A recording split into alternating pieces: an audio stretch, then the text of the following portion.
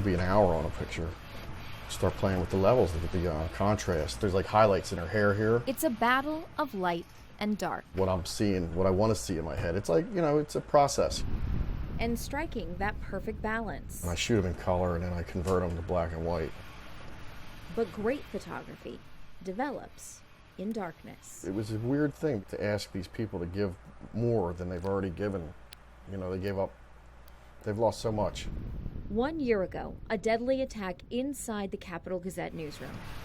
I feel like everyone that has sat has given me a gift of their time and their, being part of my project. But those that gave the most were the families that lost somebody, and then I'm very appreciative of what they've done to be a part of this and to help me tell the story of their people. His project, Journalists Matter, Faces of the Capital Gazette. Celine Sanfelice, she's a reporter at the Capital newspaper. She was the first person I photographed for this project. A photography portfolio that he hopes to show in a gallery. The pen is mightier than a sword, so I had the idea to have her holding the pen like a sword and a notebook like a shield. Journalists, survivors, loved ones. And she was there the day that everything happened. It's been tough, but we're all doing the best we can. So. 23 people. Pat Ferguson, he covered the story. Featured in Gillespie's folio. 1 year after the deadly attack inside the Annapolis newsroom. We're just trying to tell, true stories from our communities. Each with a unique story. Lauren Lumpkin, she started after the attack in June. Phil Davis was in the room with us when the attack happened. It's really a remarkable gift because it's very hard, once we start. There's been some tears shed in this room here. Intimate sessions. The photo sessions start out, light. Closed door in Gillespie's basement studio. And for like an hour, or maybe an hour and a half, we're just talking about things. Just him and his subject. And then towards the end, a lot of times if I feel it's going that way, I might say, so what were you doing on June 28th? How did you feel that day? And that's when some of the most emotional pictures come out. Including this one. I don't feel like I'm an outsider trying to get people to tell these stories. Because I was in the room. A longtime photographer at the Capital Gazette, a survivor of the massacre. I just can't believe it's been a year. It's been a tough year. In the same room he questions his subjects, we asked him what he was doing on June 28th. And I was supposed to photograph the oath of office for the plebes coming to the Naval Academy that evening at 6.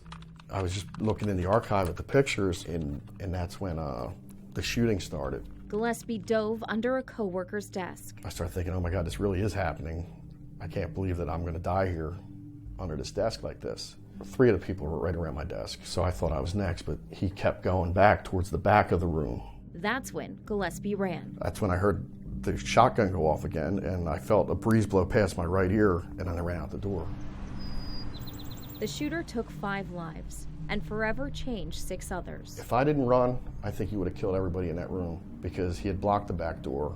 No one could get out the back door. That's heartbreaking, but it could have been much worse, I think. So it's a weird feeling. A feeling that's weighed in the months that followed. You get the survivor's guilt, you got the trauma of being involved. Gillespie turned his source of pain. I got out my studio lights and stuff and I set them up and I started thinking, who can I photograph? Into the foundation for his healing. I asked Celine and she agreed. And then I started thinking I think I want to photograph everybody. Everybody, including those left behind. And then there was the families, that, like I said, gave me the greatest gift of coming to sit for my project. And this is Andrea Chambly. John McNamara was her husband, and John was killed that day. And she's been fighting to, try to get gun violence to be a thing of the past, and she's working real hard at it.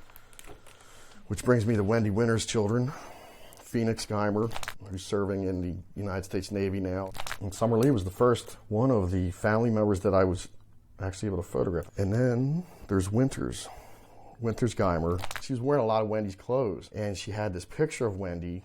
And Wendy's life was so wild. And I think the last picture that I've printed so far is Maria Hyacinth, Rob Hyacinth's wife.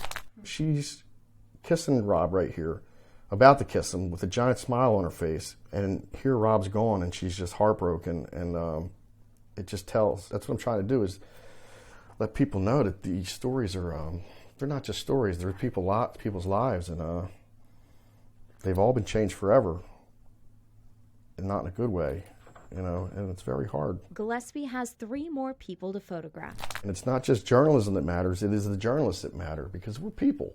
We're your neighbors, we're your fathers, sons, daughters, sisters, brothers. And we're just trying to do the best job we can and, tell the truth. He's shining a light on humanity, a light that overcomes even the darkest days.